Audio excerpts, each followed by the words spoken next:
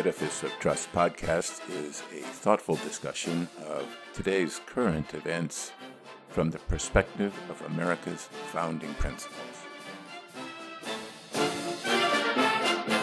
Welcome. From heart-pumping music to head-thumping commentary. Late on Wednesday, July 27th, Senate Majority Leader Chuck Schumer, along with Senate maverick Joe Manchin, announced the Inflation Reduction Act, a massive increase in spending accompanied by even more massive increases in taxes. At 725 pages, they could have used a little inflation reduction on the legislation itself. The bill, as conceived of by Democrats without any input from Republicans, would increase spending for energy security, climate change, and an extension of the Affordable Care Act, also known as Obamacare, by $433 billion.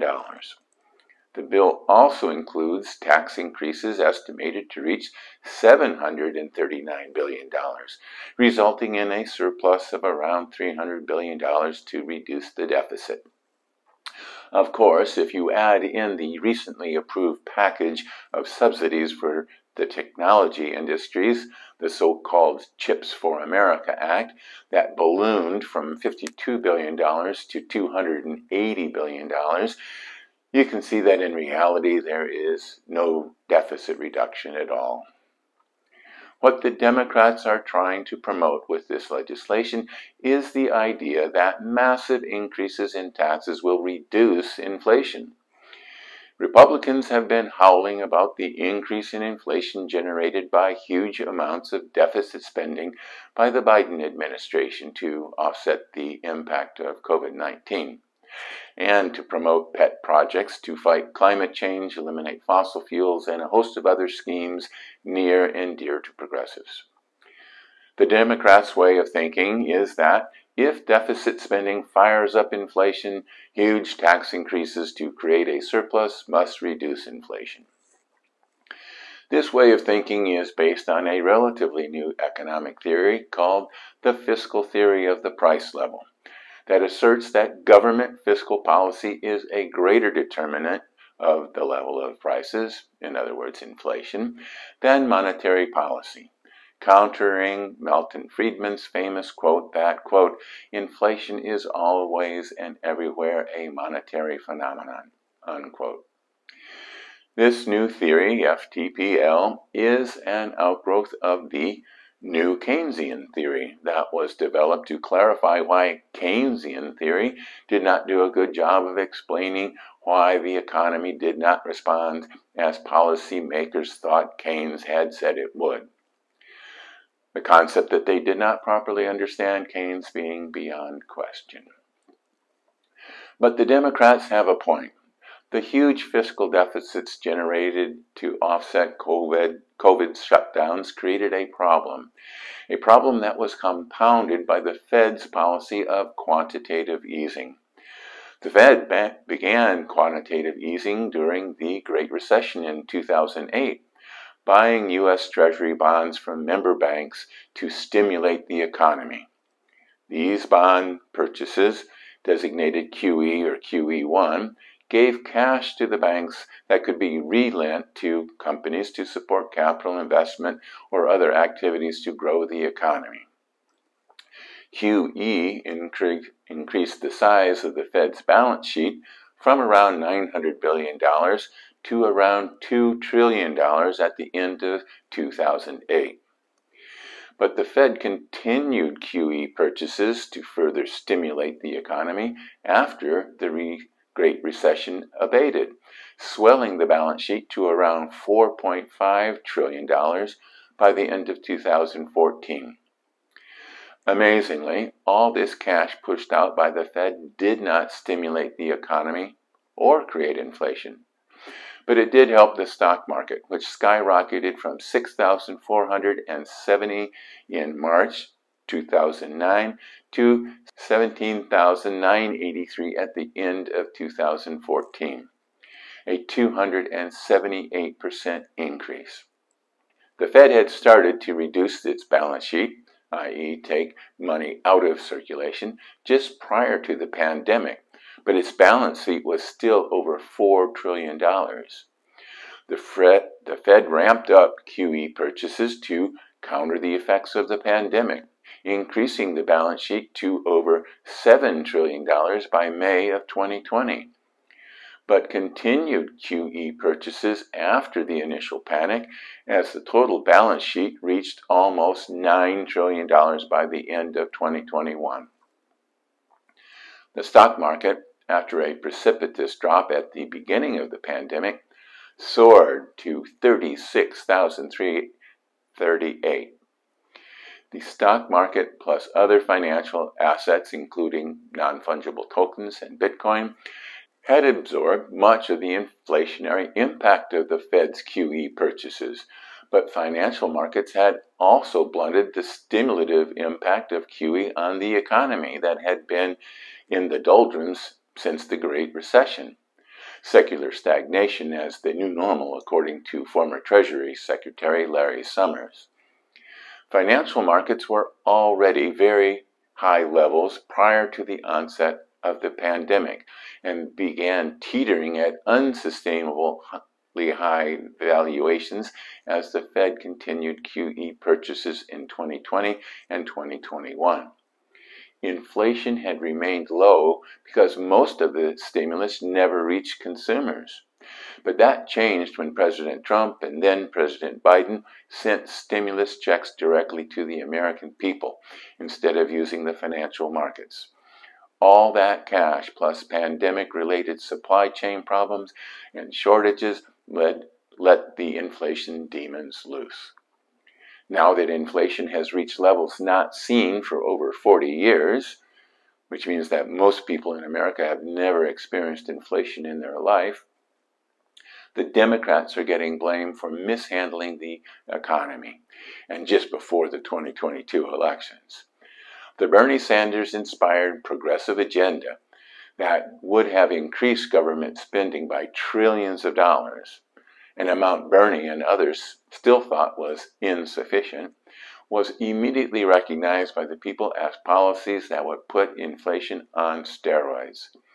Joe Manchin, a blue senator from a red state, balked at these plans unless there were offsets to increase revenue. In other words, higher taxes. The Inflation Reduction Act, concocted by Schumer and Manchin, is designed to solve the Democrats' problem of how to spend more money while reducing the deficit. Keep in mind, this is reducing the deficit, not eliminating the deficit. Even the Committee for a Responsible Federal Budget, CRFB, says this is a step in the right direction. But the CFRB's review of the proposed bill shows that most of the deficit reduction over 10 years occurs in the last 5 years of the proposal. There is very little impact in the early years. Any pain from deficit reductions has been deferred until after the 2022 and even 2024 elections. And the impact of these tax increases is directed to corporate America and not the average Joe, even though we all realize that corporations pass on these increases in taxes back onto consumers in the form of higher prices.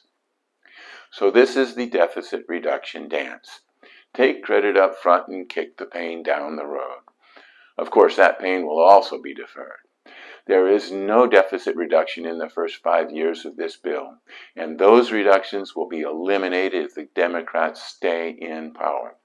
Keep in mind that part of the spending in the Inflation Reduction Act is for the extension of Obamacare subsidies that we were told would expire in order to reduce the deficit.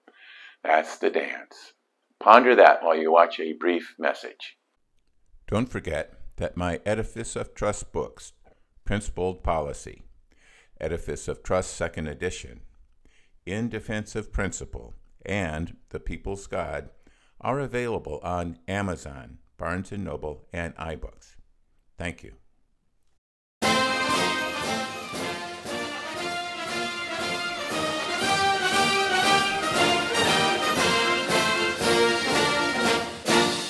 Welcome back.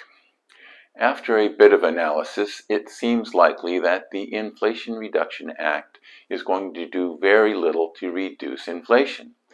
The Penn-Wharton budget model projects that the bill would have no impact on inflation in the short term and only a 25 basis point reduction by the late 2020s.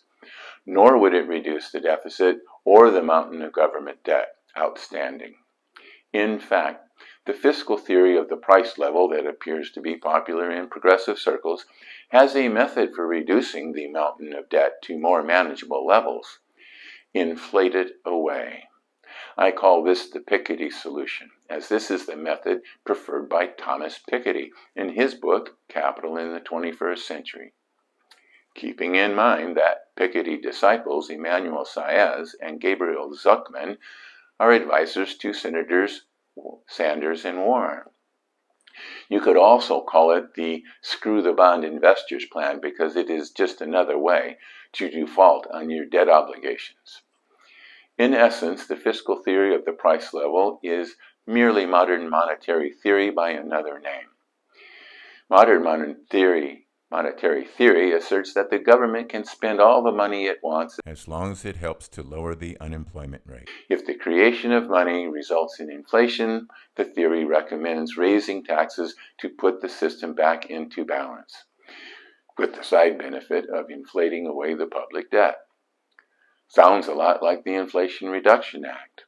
In fact, tax collections in fiscal year 2022 are running ahead of expectations, and the Congressional Budget Office projects that tax revenue will be up 39% in fiscal 2022.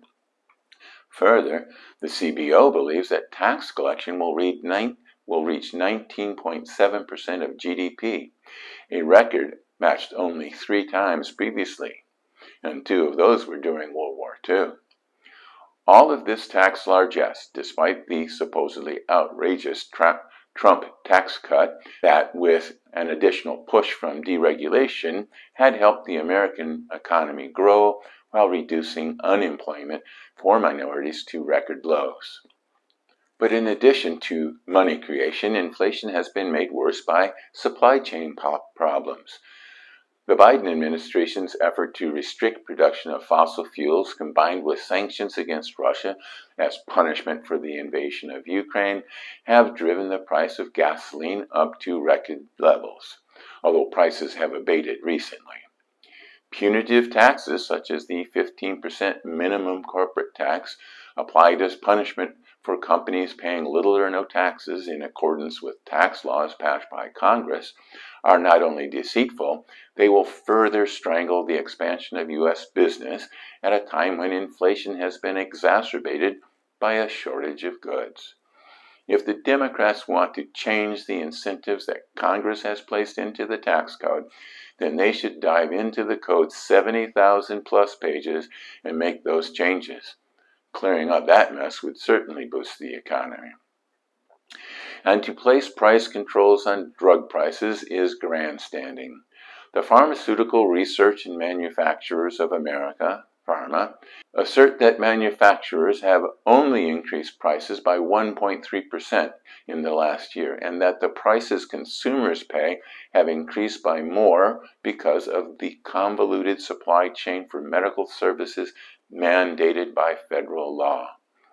We must keep in mind the fact that price controls rarely work and often create shortages that, in the case of prescription drugs, could be a matter of life and death. And with price controls and more government mandates, the flow of new and innovative drugs and procedures will dry up. White House economist Heather Boushey, a member of the President's Council of Economic Advisors, was on CNBC's Squawk Box early Monday morning, August 1st, 2022, explaining all the subsidies and entitlements contained in the Inflation Reduction Act that Schumer and Manchin assert will lower the costs for ordinary Americans. But it is the tangle of subsidies, entitlements, and other so-called non-discretionary items that are driving the deficit and the public debt ever upward. The next phase of the deficit reduction dance will require the Piketty solution, Of course, the inflation necessary for the Piketty solution will hurt average Americans even worse than bond investors. Thank you for watching.